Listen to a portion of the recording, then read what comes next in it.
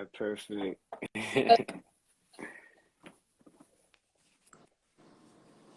How are you?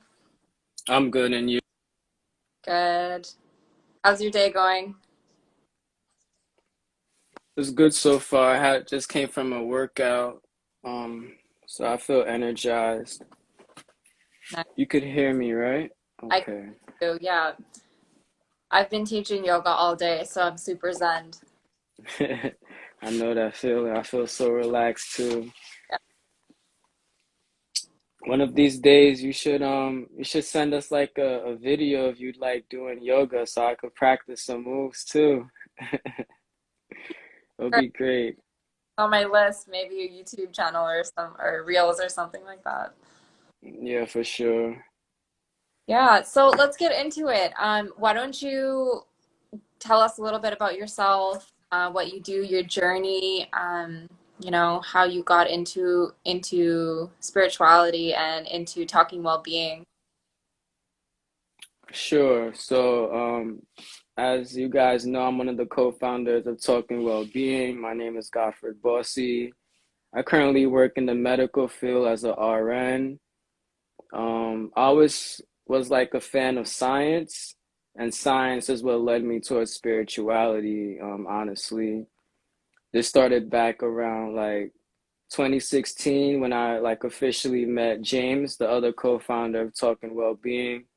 I actually was on a trip in Jamaica with my family when I met him. And how that worked out was the day he was meant to leave, his flight got delayed. So then it gave us more time to catch up and like talk about things. And then like I told him like there has to be more to the world than just science and like physics and the basic stuff they tell us in school. Like I feel this energy, I'm feeling all these things. Like there has to be another level that we can tap into. So through conversation, me and him just started like, getting in each other's heads and figuring certain things out and putting things together. And then he put me onto the term metaphysical. So then that led me to do more research on the metaphysical world. And then that's what like brought me into spirituality, 10 toes deep. So ever since then, I was always deep into spirituality because I always felt like it was another level above science. And I always want to like get better in life. So I was always looking for the next thing to learn. I love that you have a science background, because a lot of like spirituality, yoga, meditation, it's not backed by science yet. But I feel like the studies are, slowly as the trends, as spirituality becomes more of a trend, it's starting to get backed up by science. Do you agree with that?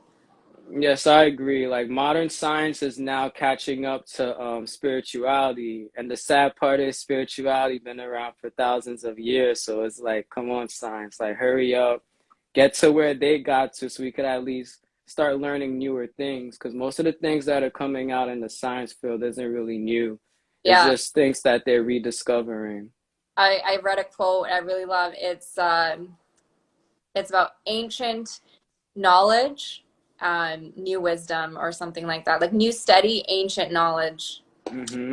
that are knowing, uh, Yeah, like what you touched on, regarding conversations. So you and James had this conversation, and then a whole world opened up for you. So that's kind of yeah.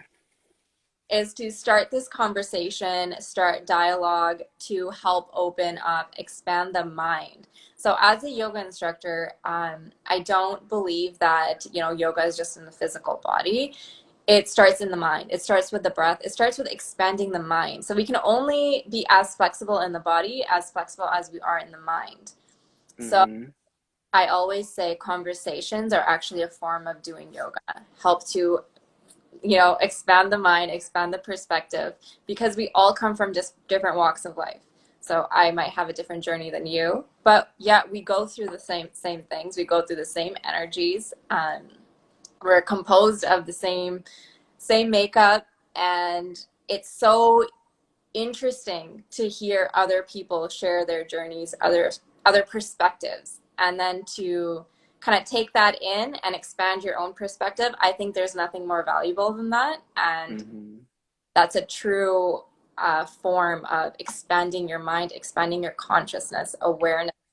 And then I think we need that in the spiritual community now more than ever, because we have so many cliches and we have so many trends coming out, but I think it's important that we dive deep into those topics, and really start to explore what that means personally on a personal level instead of a general wide scope. Um, so can you share a little bit about what the metaphysical in spirituality and in science, what your perspective is on that? Mm-hmm. So the metaphysical is the unseen. A lot of people, they're trying to like look for things. Like a lot of people think on the logical side, and in order, like the left side of the brain is the logical side, but in order to fully understand the metaphysical aspect, you need to be more on the like creative side, right? Right mind thinking, and that's just more of like, I would say the universe is always showing us signs, always throwing like things at us, and you have to be able to, have a clear, open mind so you're able to see all the signs that the universe is throwing at you. With me and James, I live in the US and he lives in the UK. So how it all started was we would have conversations and then realize like we started on two different paths, like you said, but then the universe keeps putting us on like the same path of like spirituality.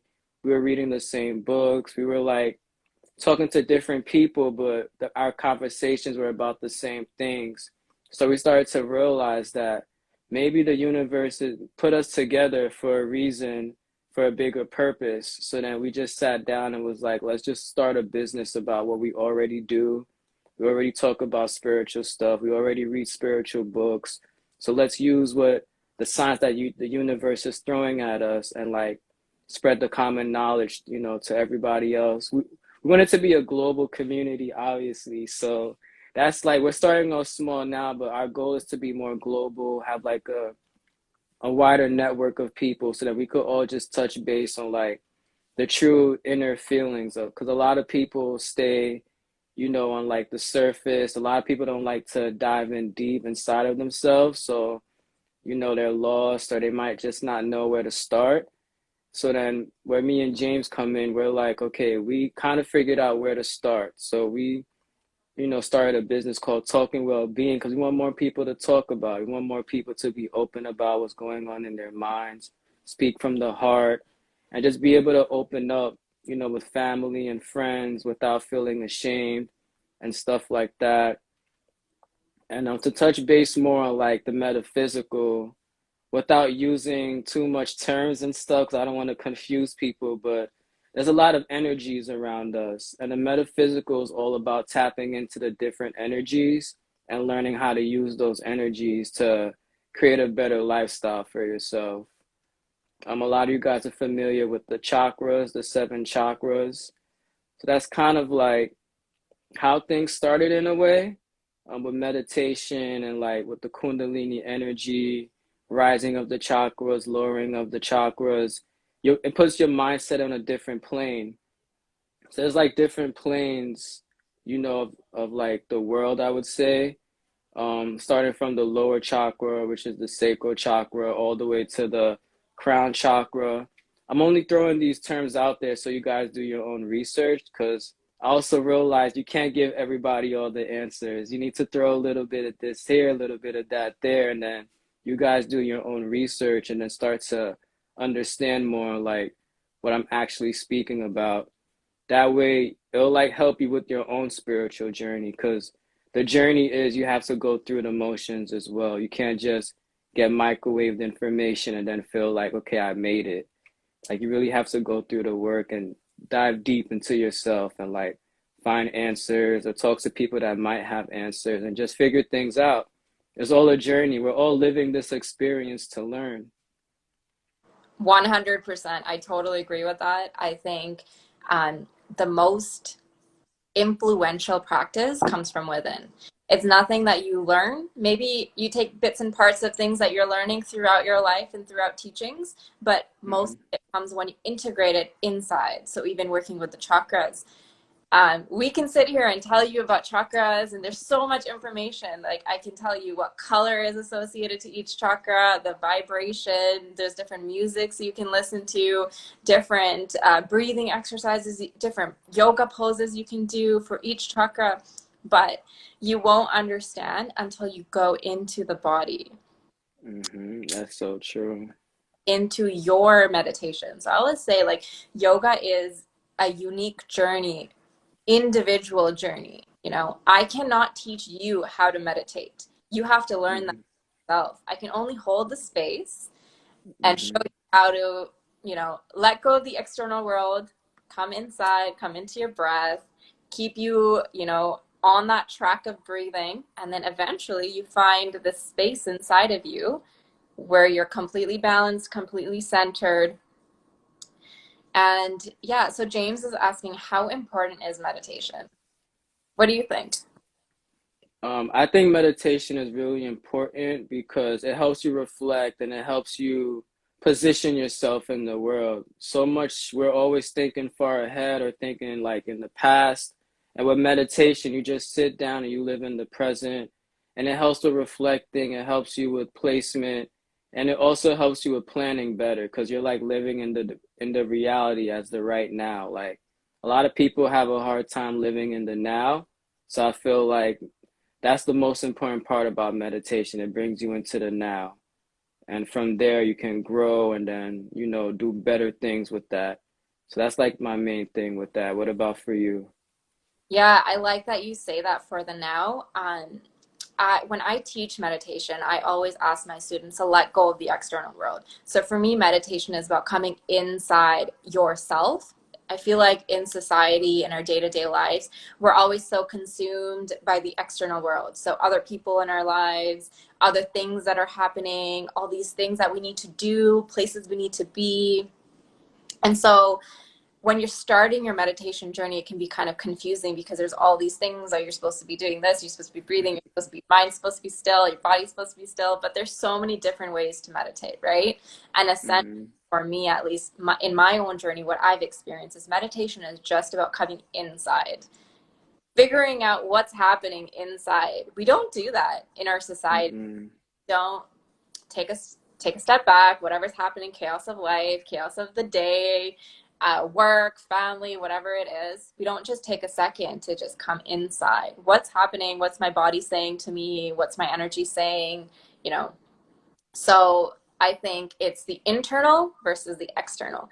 And once you can align with the internal energy, it's so much easier to align with the external in a more meditative way. So I always say Yes. meditation's on an on-off switch. You don't just Hmm. turn on the meditation and then turn it off and then go about your day. Hmm. That's kind of the wrong way to think about it. Meditation is an ongoing journey throughout your day. So even in this conversation right now, we're both in meditative states, right? Hmm. We're speaking our Yep. truth. We're in line with our energy.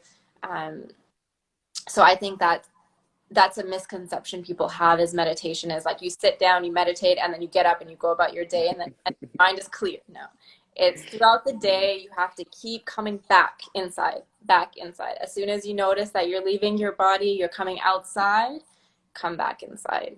Witness Yes. emotions, witness the thoughts, witness the stress level, the anxiety level, and then let it go. Hmm. Easier said than done, but with practice, it becomes it becomes a little bit easier.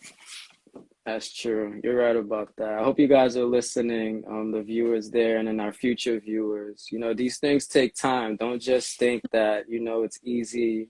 Like if you go on YouTube, people might just tell you sit down, fold your legs, do the like that's the cute part of meditation, but there's a realer part and a more serious part to it. And it is beneficial. So you guys should all give it a try as well. Yeah, and all those memes that you see where it's like the spiritual journey and there's somebody just crying in a corner. That is true, right? Spiritual journey is ugly because you're Hmm.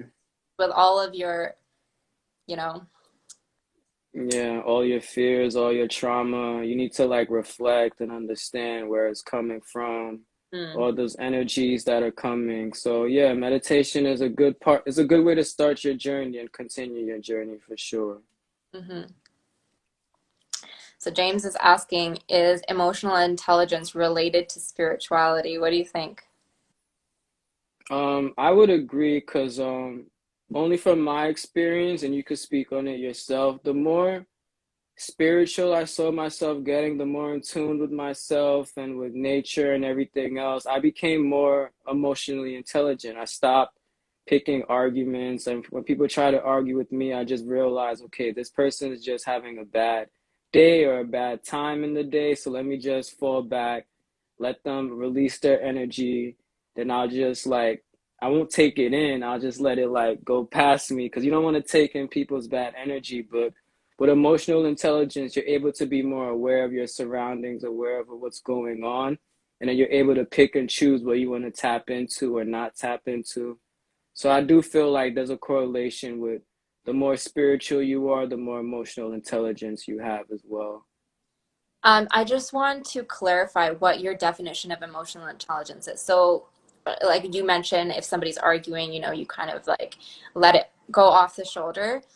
So Hmm. what is your definition of emotional intelligence?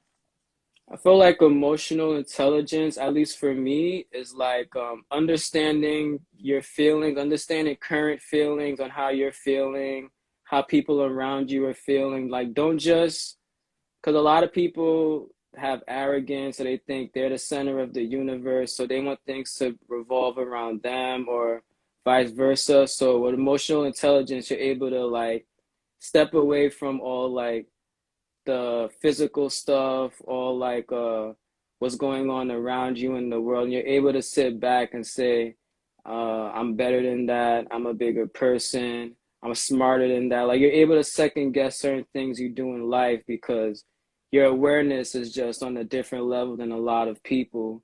So that's like what more that I see emotional intelligence is your awareness and how you carry yourself emotionally, at least. So I'm going to touch back to the beginning of our conversation where I said that the point of this is to kind of see each other's perspective and expand on that. And so I just Mm-hmm. find it so amazing how everything you're saying, I totally agree and align with that. And I see it in a different light. So I'm just going to share. As you were speaking, my third eye energy was just going off, right? And Mm-hmm. and I'm seeing what your perspective is. And that's the point, that I think that's what emotional intelligence is. So that's what I'm trying to get at, is that emotional intelligence is actually being able to see somebody else's perspective, even though you don't agree with it, right? Mm-hmm. Whether you agree Yeah. with it or whether you don't, you're able to see that and honor that somebody else or other people in this world have their own right to see and to say things the way that they believe the world is, or whatever it is, how they feel, Mm-hmm. and honoring that without taking it on. So, like you said, you don't need to take on other people's energy, whether it's positive or negative, right? Mm-hmm. To Mm-hmm. hold that space, allow people to express themselves, agree to disagree or agree to agree, and allow that to. And I think that's emotional intelligence for me, is you know giving people that space to express themselves and to come into my center, third eye, you know. Mm-hmm. Yeah, I definitely agree with you. You have to be able to let people voice their opinions without you yourself, feeling like jealous, fear, or angry at them. Like everybody should be able to voice their opinions, and everybody should be able to have different ideas, but then be able to come together and grow. Like you shouldn't, oh, he thinks differently or she thinks differently from me, so I don't want to have nothing to do with them. Like that's the opposite of emotional intelligence. Yeah. I feel like that's a little bit of energy of fear there. We fear when Mm-hmm. somebody is the same as us, when somebody Mm-hmm. a different way as us. Automatically, we think we're wrong, somebody else is wrong. But in spirituality, there's no right or wrong, right? It's just different. Yeah. I say that a lot, honestly. Like, I'm always like, there is no right or wrong. So it's nice that you bring that up because that's one of the truths of reality is there is no right or wrong. Like, we all have our individual ideas, And don't feel bad if somebody doesn't fully understand you. It's not that you're wrong or they're right. There's just a miscommunication and misunderstanding going on. That's all it really is. Oh. What's your, somebody's asking here, is there any mindfulness, self-help, spiritual books that you guys recommend? Have you read anything recently that you would recommend? The books that we read, they were more, I guess, spiritual. So we read like, what was the name of that book? It's like a couple of books, but I'm trying to like remember the books that aren't too advanced. Um, I think The Power of Now is very popular. yeah. A lot of people Those, grab one. so like the Western book, so like The Power of Now is a good book, but it's also like a Western book, like the Napoleon Hill's book. Like I try to stay away from Western books because they like try to integrate science and spirituality, so they like miss out on a lot of spirituality. Like they focus more on like a logical thinking of things, and you want to like when you're tapping into spirituality, you want to be able to have a more open mind and stuff like that. um Unfortunately, I can't think of the right books at the time. Wish I had a list of the books that we read. I know if James was here, he would definitely remember these books, but one of James, the really good book. It's on my email, so I can't open it to see what the name is. But we can write it in the caption when we repost this. So we'll write some books down for you. Um, yeah. but also, your greatest teacher is within you. So the information that you're looking for, if you just, let go, like I said, come into your meditation, let go of the external world and start to breathe, start to be inside, not Mm-hmm. wisdom inside of you is going to come forth, and any information that you're looking for, questions that you're wanting to be answered, your higher self will kind of come in, step in, and guide you to that direction, whether it's a book or a person or a video on YouTube to watch. So my suggestion is just to sit with yourself and let that information come to you. That's agreed. Like that's another thing too that you touch based on. As you're reading books or watching videos, stick with what sticks with you. Like that's how the spiritual journey is. Like we kind of already know all this information. We just lost it, if that makes sense to you guys. But that's how spirituality works. Like we were born with this intelligence that we just have to recapture, tap into it, and then use it to our advantage. So as you read more books, as you watch more videos, take away pieces of information that correlate with you, and then that's how you grow on your spiritual journey. Because not everything is 100% accurate. It's what you feel is Mhm. 100% accurate, if that makes sense. Yes, and my truth is not necessarily your truth, right? We all have our Mm-hmm. different things that resonate with our journey at different times. So something Mm-hmm. resonates right now might not resonate in the future. Something that resonates in the future won't resonate right now. So yes, take what applies. You're right about that for sure. What is he saying? So James is asking, do you think a person of color can use spirituality as empowerment to overcome racism? Powerful question.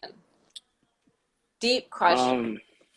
Um, I wish that was true, but then it is true in a sense because the people that are racist or carry the idea of racism, unfortunately, they aren't as spiritual. So there is a correlation with that.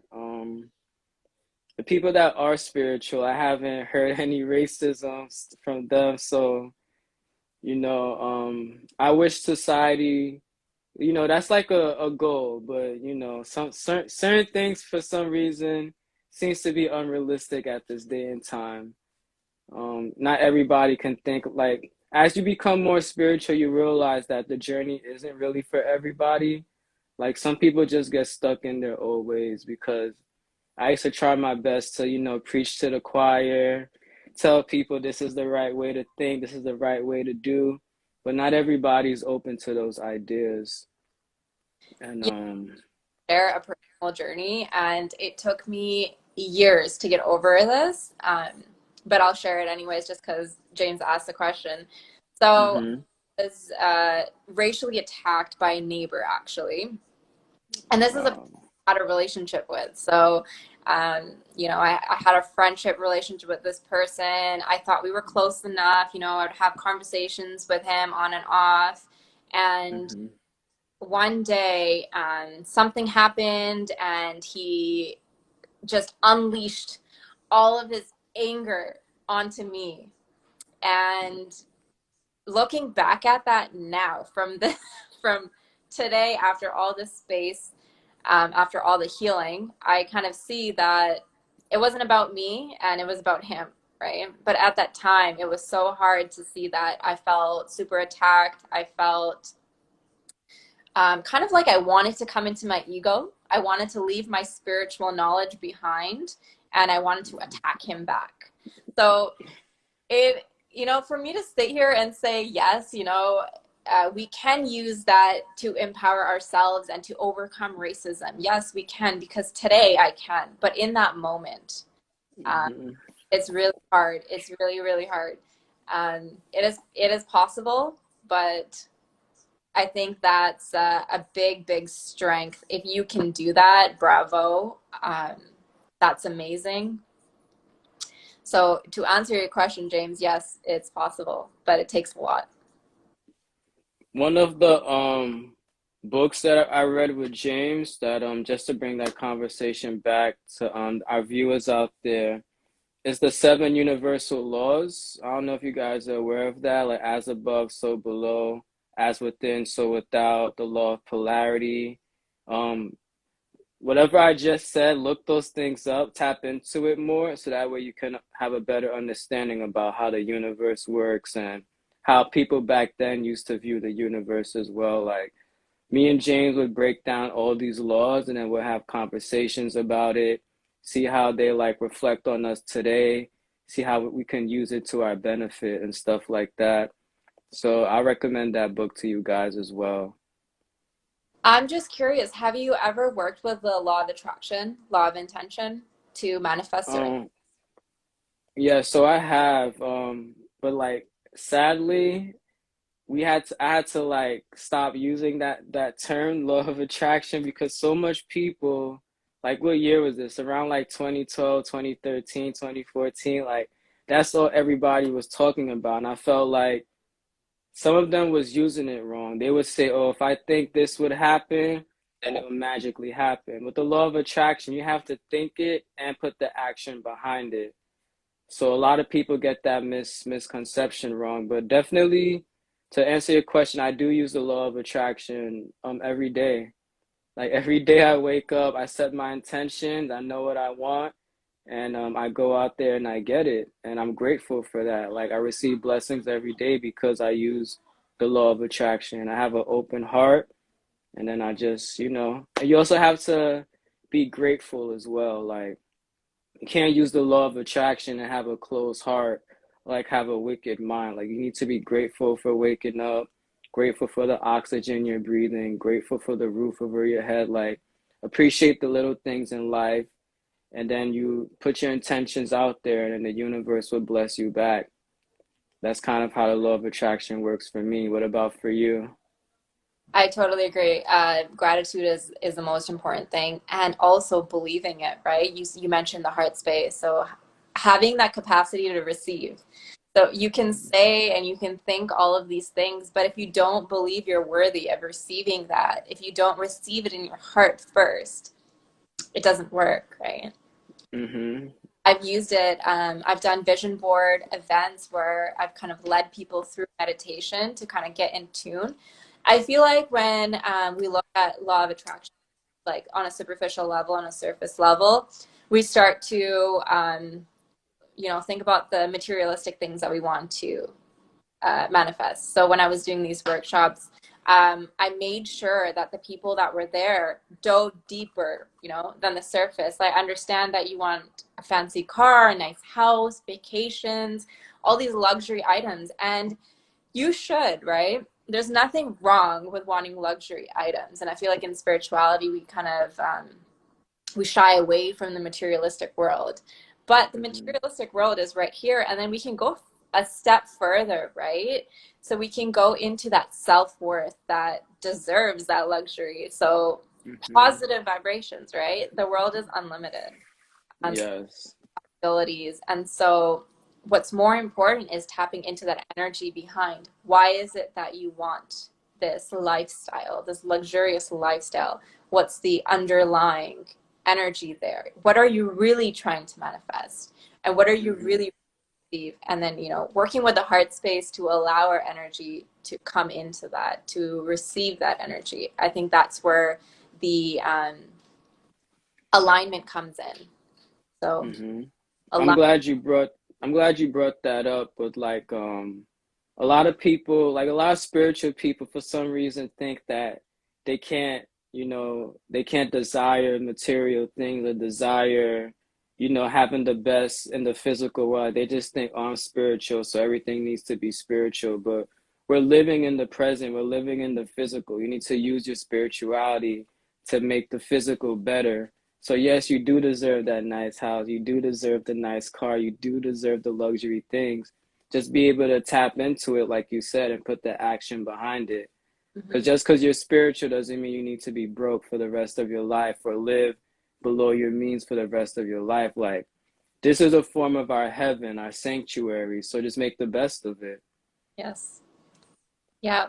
And that comes into like your self-worth, right? Believe Mm-hmm. that you, Yes, for sure. yeah. Can spirituality enrich a relationship? What do you think? I definitely agree with that. I feel like the more spiritual you are, and if your partner is spiritual as well, you guys could be able to grow and build on that and then create better things in life. Like, if only one person is spiritual and the other person is like half in and half out, you guys might not achieve what you truly want in a relationship as a whole. So, if you're in a relationship, you want to make sure your partner is in the same headspace as you, or else you guys will both be running into brick walls. And you don't want that in a relationship. You want to be able to grow and live prosperous lives and stuff like that. So, it's really important.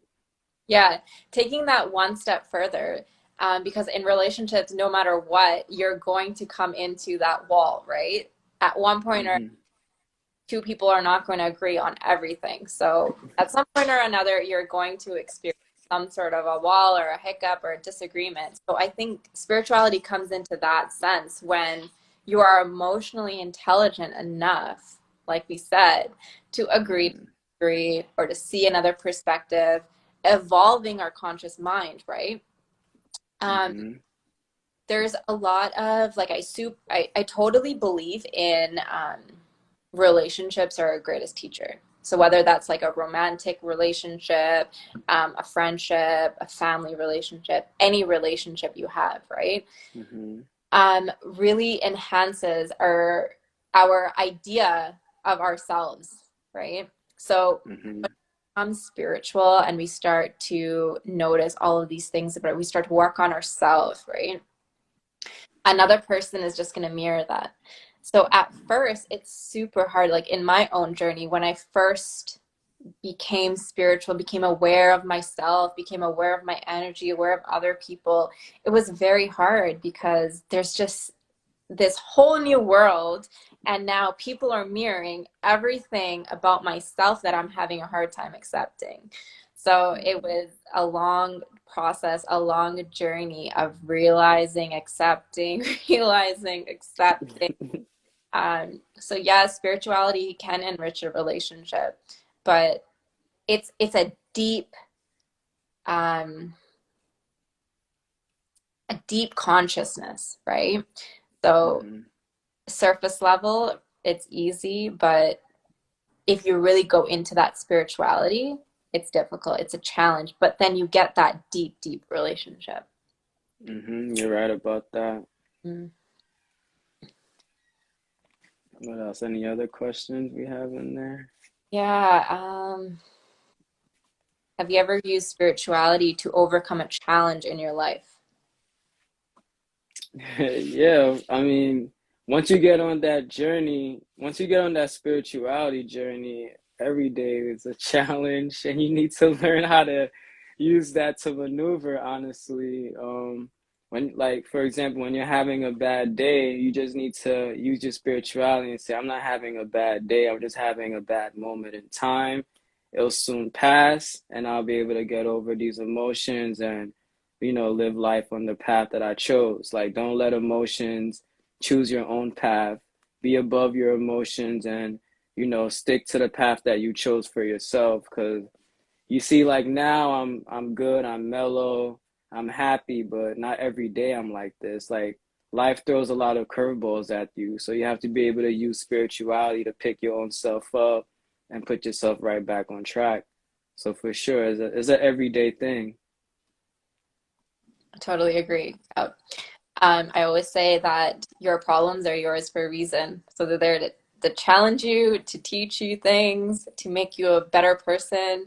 Um, and a lot of the times we can kind of come into this spiral where it all becomes too much and we get overwhelmed. So I've learned in my own personal journey just to like accept, and that's easier done than said, but Hmm it once you start to do it and you keep doing it, you keep accepting, okay, yes, life is crazy. My car just broke down in the middle of the highway. Worst thing that you could imagine just happened, but you're still alive. You're still hmm you're still here. Um, you just accept it. Okay, I'm sitting in this chaos. Now what? Right? So Yeah, that's the first step. that's what and now I can't say that a lot of things bother me. And hmm so much bad is happening in around me. My family, my friends will look at me and say, "How are you so calm?" And it's like, no, I see the importance. I see that there's a problem, but I'm just focusing on the solution. I'm just looking, Exactly. what can I do now instead of sitting in the chaos, right? So that's that same, I'm going to come back to the meditation, right? Coming inside, hmm instead of extending yourself externally, bring your energy into your body, right? So when you hmm do that, when you come into the control center of your mind, your third eye, you'll see, okay, well, there's no point in me stressing out. What can I do? If I can't do Yeah, it, it is what it is. that's so true, man. What you just said reminds me of myself so much. Like a lot of people in my everyday life, they're like, "Why are you like this? Why are you so mellow?" I'm like, there aren't really problems. We should just come up with the solutions. Like, stop focusing on what you have no control over. Like, we're able to have control over things. Just sit back. What do you have control over? And then just take control over it. And then that's how you go through life. Like, things do happen, and that's the first part of spirituality, is understanding that yes, things do happen. How can I make it better? And then that's all, honestly. So I actually, coming back to the question about books and teachings and stuff, I actually learned hmm practice from my dad, who, wouldn't believe that he's a spiritual person. If you talk to him, he doesn't know what chakras are. Meditation, uh, you know, very typical generation, like one generation above us. So hmm I love taking spiritual teachings from people that who don't think or don't display this knowing of spirituality. Because I think people that have gone through life in different ways, they have the most to teach us, right? In hmm a very grounded way. hmm You're right about that. That ancient, not ancient wisdom, because they're only a generation above us, but that wisdom that they do have, it is valuable. Like, if anybody has parents out there, grandparents out there, it is good to build conversations with them because you can learn a lot. Like, they might not say it as spiritual, but as you hear it, you're like, oh, okay. And you just take in the bits of pieces and you just use it for what you can. That's one of the best things. Yes, teachings are everywhere, all around us. Mm-hmm. Yes. So true. What are some affirmations that you say to yourself? Okay. So yeah, we did kind of touch base on this previously, not in this video, but I'll just start with like two. So one affirmation I'll tell myself is I am water. So when I tell myself I am water, sometimes I say it in the mirror, sometimes I just say it in my head, but I start to feel like I'm the embodiment of water. I'm able to go into a room, feel the flow of the room, go with the flow. Like I'm not stagnant, I'm always moving around, free flowing. I let things go. I don't hold things, to my heart, stuff like that. I like that affirmation a lot. Another one I use is I am fire, meaning that I'm a passionate person. I have all this energy inside of me and I'm always ready to use it. I'm always like on the go. So like I use these words because you can use it for many different ways. You don't have to be, you can also be specific, but you want to use words that are open enough so you could be able to use it in like different scenarios and stuff like that. So those are like my two favorite ones that I'm able to use anywhere. If I'm with my family, friends, school, at work, I just say these affirmations and I feel it inside of me. I'm able to, put in that work. I use the affirmations as like a boost, a power boost, I would say. And there's many different ones you can use, but you want to use affirmations to help you like give that extra energy, inspiration slash motivation that you need in life. So those are just a few. I'm not going to name all of them, but I do use affirmations on the daily for sure. What about yourself? Yeah, I do. And I think an affirmation can be anything, right? It can be just a thought, an energy, something you breathe in. So when you say I am water, that might mean something different for me, right? So Mm-hmm. I am water. You're receiving a different vibration. I'm receiving a different vibration. So really it's your subconscious that we're trying to reprogram. So we're trying to Yes. conscious. An affirmation I say in my yoga sessions with my students is I am safe and Mm-hmm. safe to let go. And so I'll ask my students as they exhale to say, I'm safe to let go. I'm safe to let go because our body naturally wants to trap and store energy. So when we start to exhale, and like letting go has become such a cliche thing to say, oh, just let go, let go, let go. But to actually let go of something is so hard to do because our body naturally wants to hold. We want to hold Mm-hmm. on to that energy. We're afraid if we let go, we're going to forget or something bad's going to happen. So in that sort of environment, I think affirmation works so well to kind of come into the subconscious mind and tell the subconscious mind, remind the subconscious mind, no, you are okay to let go. You're safe to let go. So Mm-hmm. that's I an affirmation. totally agree. Mm-hmm. Another one, another good affirmation is to tell yourself, I am good enough. Because a lot of people go around thinking they're not good enough. And I realized that like a couple years back. So I did used to tell myself, I am enough. I am good enough. And that did help me get through a lot of things because I'm the type of person, if I can see another human being accomplish it, I can also accomplish it. Like, why not me? Like, why can't I do that? So start to tell yourself you are enough, and then you'll see a lot of changes. You'll see you're capable of doing a lot. And I feel like that's beneficial for everybody out there watching this video. Yes, totally agree. And Hmm. James asked, what does the perfect self-care day look like to you? Well, that can be different for everybody, but if you're asking like personally for me, my perfect self-care day would be working out like we spoke about earlier, like get that workout in early in the day so that way the rest of your day is more calm and more smooth. You feel more pumped. So my day would be a good night's rest, workout in the morning, either watch some motivational videos or like read some motivational things just to get my mind on the right path. I always like to go on walks. I go hiking sometimes. In the summertime, we could go on the beach, go for a walk, but I usually go hiking. I have a motorcycle I like to ride. I have a longboard. Like I just like the wind and like my face. So if I'm not on the motorcycle, I'm on the longboard. If I don't have a longboard or a motorcycle, I'll go for a quick jog just to like be in the present, feel the world for what it is, and just enjoy life. And then like hanging out with friends and family to get a good laugh in. Or I'll watch a comedy if there's nobody around, because laughing is really beneficial as well. So to me, these are like a good self-care little thing for me. And then also with essential oils, I like to smell nice things. It puts me like in a nice, relaxed mood. So these are like just things that I'll do here and there for sure. What about yourself? Yeah, everything you said pretty much, other than the motorcycle. Tried to ride a motorcycle once, never doing.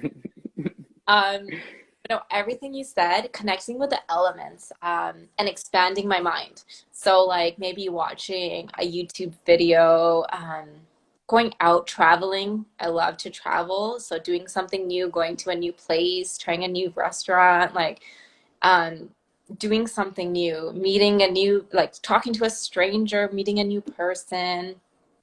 I feel like for me, like self-care, I love to take baths. Don't get me wrong, I love my downtime, but Mhm. I love more than anything to expand myself, right? So I feel like that's me taking time out of my normal schedule, out of my normal day to just do something different. Um, Mhm. yeah. Question: Yeah. do you believe your diet can correlate to a higher spiritual frequency, such as vegetarianism, fasting, intermittent fasting? What do you think? I'll let you go first. I went first a couple of times. Yes, I do. So, I think there is no right or wrong way here. So I'm not going to say that being vegetarian or being vegan is more spiritual than uh, any other diet. I think I have a lot of like I'm vegan personally. I eat vegan because that's what aligns with my purpose. That's what aligns with my wisdom, my inner knowing what I want for myself. But I have lots of people around me who are spiritual and also eat meat. They're vegetarian and not vegan, or they're pescatarian. And I don't think that changes their spiritual reality or their spiritual journey because everyone has their own journey. Everyone has their own level that they need to start at and then progress. So there was a time where I was eating meat. I was drinking dairy, eating eggs, and I was not doing that consciously. So when I started practicing yoga and spirituality, my consciousness on its own was telling me, I don't align with this anymore. I'm craving fruits and vegetables. So naturally, that's what I progressed to. It wasn't because I was told that this will make me more spiritual or this will raise my vibration. It was something that naturally I came to know. Now, there are other realities around eating meat and dairy that I'm just going to touch on. So, like animal farming, um, those are low vibrational foods. I'm not saying if you eat meat, it's automatically low vibrational. No, there's different ways to get that into your diet in a high vibrational way. And I would say do your research, know where your food comes from. Hmm. Grow your own food, that is the most high vibrational diet you can have because it's organic. You're growing it with love and care. It's not an industrialized crop that, it's getting pulled out of the ground with a machine and all this stuff, right? But that's not necessary that you need to grow your own food just to have a high vibrational diet. You can also, as you're cooking your food, you can incorporate love energy, healing energy into your food. So you can say Hmm. affirmations, you can say a prayer, you can just put that energy into your hands, from your heart into your arms, into your hands, and use that to cook the food, right? So it's a Hmm. meditative state, cooking, food, diet. Um, there are benefits to fasting, which you can, research. There's so much information. It's not for everyone. So really, do your research before you start to fast, but there are benefits and people do it. It helps, give the body a break, the digestive system a break. There's different cleanses you can do. There's so much, right? But what my advice Mm-hmm. is to just figure out what aligns with you, right? Close your eyes, take a deep breath, meditate on it. What do you really feel like eating? And that's your diet. That's what Mm-hmm. vibrates, aligns to you in this moment. And then as you progress through your journey, maybe that will change, maybe that won't, and that's okay. I totally agree with you. I'm happy I made you go first because you said a lot of the things I would say. What I would say is for me, I do a lot of intermittent fasting for the reasons you said. As you get more spiritual, you see the benefits of food is not what we were taught growing up, and it's good for like, detoxing the body and clearing the mind and stuff, but you can also eat whatever diet you want, like you said, or like you said about the prayer and adding intention, like that was like the main point that a lot of people should know, because I can't force my diet on you or like fasting on you, like whatever feels good to yourself and you're comfortable with, then that's all you need. And then if you choose to, eat dairy or meat, all you need to do is just add the proper intentions to it, cook with love, eat with love, and then you'll be all right, honestly, because everything starts with the mind. If you're eating something that your mind is telling you is bad, then you'll get bad results. If you're eating something that your mind is convincing you is good, you'll get good results. So you won't really get results, but you won't get the negative effects of it. So it's all about what you tell your mind and how you train your mind on things, for sure, like you said. James says, hence why I want to move to Jamaica and grow my own fruit. And I will visit you. No, for real. Like natural is the way to go, but like I said, I don't want to force my ideas on anybody. Always, like you said, do your own research and find out what correlates with you. But definitely, fruits and veggies all the way, natural all the way. But if it to answer the question if it helps with the frequency, it can and it cannot. Like I said, it's all about the mind. You could be a vegan or a vegetarian and still have a mind that's clouded, and then what? Your frequency is still low. So don't just think I'm eating all the right foods. Why am I not in the spiritual mindsets? Because you got to put in the work. So always remember that. Yeah, and I just want to touch on anybody that's listening and wants to move towards a more diet, whatever diet may is, like veganism or vegetarianism. Not necessarily, but that was my journey, so I'll just explain. When I first stopped eating meat, I didn't do it cold turkey, so I wasn't hard on myself, right? So I understood my intention. I understood that I wanted to start eating healthier, eating cleaner. I wanted to give up certain things in my diet. But because we have habits, it's hard to do that all of a sudden, right? It's hard to change everything all at once. So if you are trying to move towards a different type of diet, and you find yourself kind of withdrawing or coming back to old things that you don't necessarily want to eat, allow yourself that, right?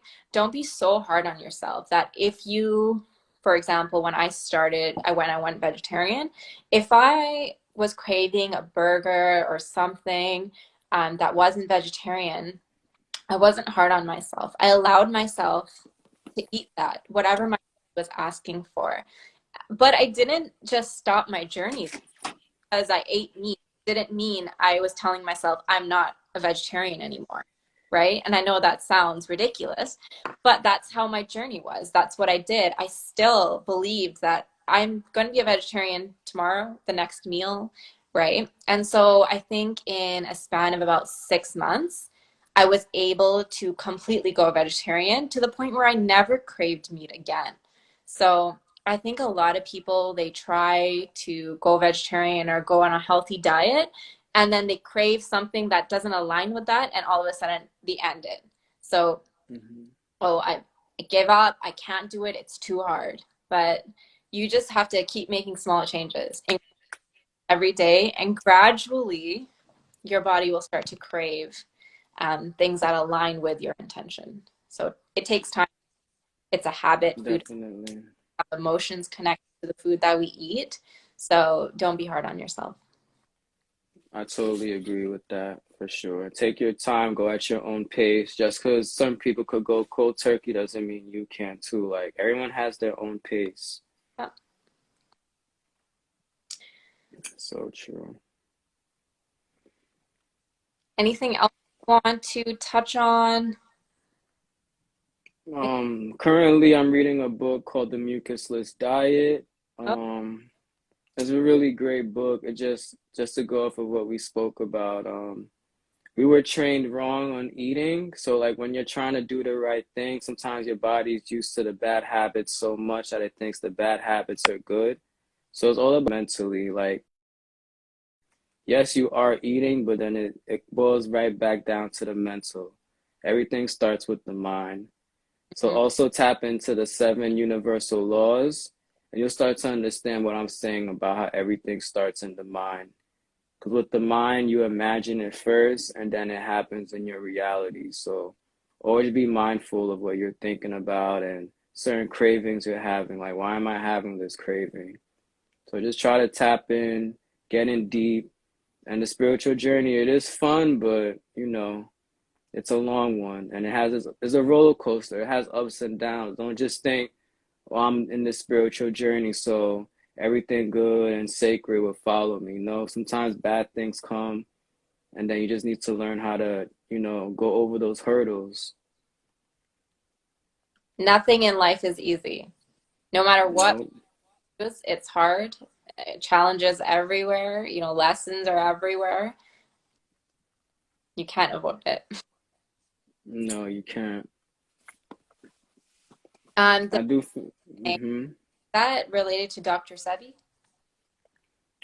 So this book was actually written before Dr. Sebi. I am a Dr. Sebi fan, but what I can tell is that he got a couple of his ideas from this book.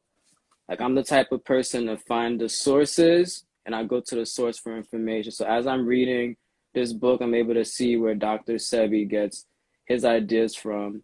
What's different from the book and Dr. Sebi is Dr. Sebi focused more on like alkaline foods and like an alkaline diet. This book just talks more about mucusless diet, like how to prevent mucus building from your body. So it is the same thing, but Dr. Sebi took it to a different level where he had a list of the right foods, no hybrids and stuff like that. And those of you that don't know what we're referring to, just go on Google and type it in. You'll be surprised. Yeah, we'll put all of this in the caption when we repost the video. So make sure you guys look out for that. And you should definitely put the book in there too. I would love to read that. For sure. I got you guys. We'll list the books, and then whenever you guys have any questions, this is the page to come to, Talking Wellbeing. And you guys can always reach out to us. We're always here to help. That's what the business is for.